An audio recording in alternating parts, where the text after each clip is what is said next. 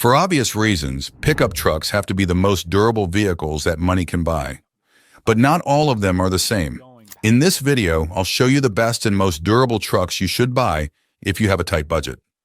Let's start with a classic, the Ford F-150 from 2004 to 2014. There is a good reason why Ford's F-Series has reached 14 generations so far and has established itself as the best-selling line of pickup trucks in the U.S. for 46 years. The line is known as very versatile, relatively reliable, and with multiple configurations for whatever use you want to give it, which is why it is often the first choice for many who want to buy a pickup. Important?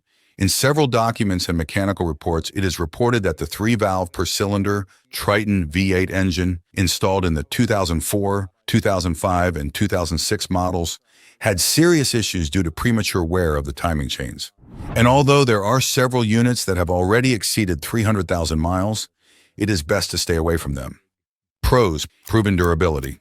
The 2012 to 2014 models were equipped with one of Ford's best engines, the 5-liter V8 Coyote. Multiple configuration options for work, family, or leisure.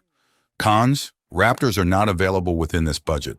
The EcoBoost V6 engines installed since 2012 are more expensive to repair if they fail, and it is the third most stolen vehicle in the United States. Another mid-sized truck that deserves attention is the Honda Ridgeline. Honda's first truck is built on a unibody chassis, has a 4-wheel drive system, and a transversely mounted V6 engine with 250 horsepower. To keep it brief, it is derived from the Honda Pilot. Pros: Honda reliability, handling more similar to an SUV in interior quality. Cons: although it is more of a pickup for leisure or family rather than heavy work. Uncomfortable rear seat. Believe it or not, a Tacoma is more fuel efficient. Whether you're looking for a work truck or a daily driver, it's hard to deny the appeal of the first-generation Chevrolet Silverado 1500. For less than $10,000, you can get a well-maintained one in almost any combination of V6 or V8 engines, rear-wheel drive or 4x4, and regular extended or double cab. The 4.8 and 5.3-liter V8 engines offer decent reliability, and if something goes wrong, Chevy parts are easy to find. There are also second-generation Silverados within this budget, but that would usually only get you a V6 and, in most cases, only rear-wheel drive. Choose the first generation if you want V8 power, all-wheel drive, and less likelihood of a rusty chassis. Pros: several configurations, ease of finding replacement parts, and you can also go for the GMC Sierra.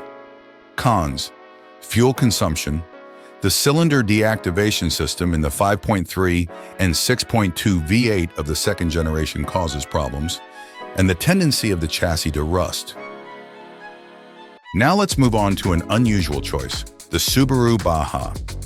Available with naturally aspirated or turbocharged 4-cylinder engines, producing 165 or 210 horsepower. The Baja is an interesting option when it comes to doing truck-like tasks without the sacrifice of driving one. The Baja Turbo uses a less aggressive version of the 2.5-liter turbocharged 4-cylinder engine found in the Impreza WRX STI, different springs to give it more ground clearance, and enough torque to make it fun to drive. To maximize storage space, the rear seats can also be folded down, allowing for longer items to be carried in the truck bed.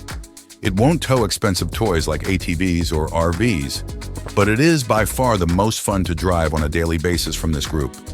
Pros: the combination of the naturally aspirated boxer engine and the manual transmission is the best option to choose for maximum reliability.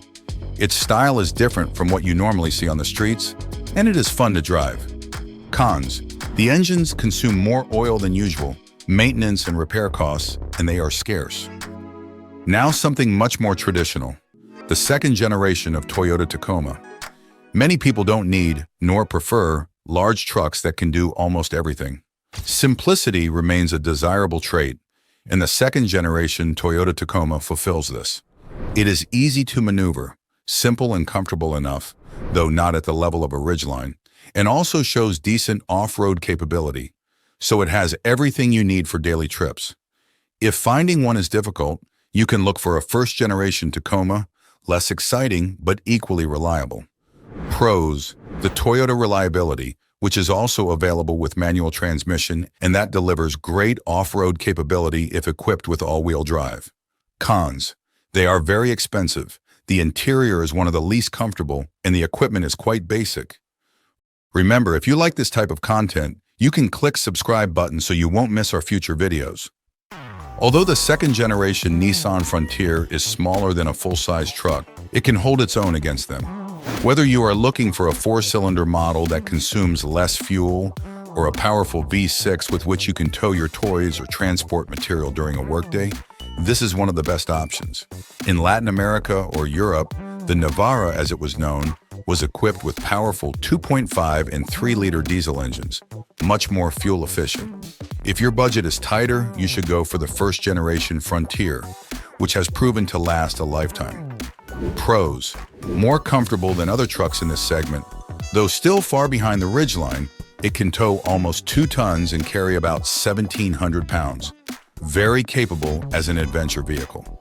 Cons: failures in the automatic transmissions in the 2005 to 2010 models, more frequent in the 2005 to 2007 models, and in the base XE models, the equipment is too basic. Returning to the large trucks, the first-generation Toyota Tundra is another must-have option. It featured a 190 horsepower V6 until 2004 and a 236 horsepower V6 in the later years. The larger 4.7-liter V8 is the one to look for, especially between 2005 and 2006, when Toyota added variable valve timing, which increased power and torque. The Tundra has a solid reputation for reliability with 2 well-known engines. In fact, there have been multiple Tundras with this engine that have reached 1 million miles. As a fun fact, all first-generation Tundras could have a manual transmission, starting with a 5-speed and then moving to a 6-speed in 2005. Pros: it is indestructible, obviously if you give it basic care. The interior materials are of good quality for a work truck and it is comfortable on the road. Cons: in areas where salt is used, rust on the suspensions can be very severe. The towing and payload capacities are behind other full-size trucks, and that they are too expensive. And what other pickup should I have included on this list? Remember, if you like these types of videos, you can subscribe or visit the channel to see the other videos we have published. Thanks for watching and see you next time.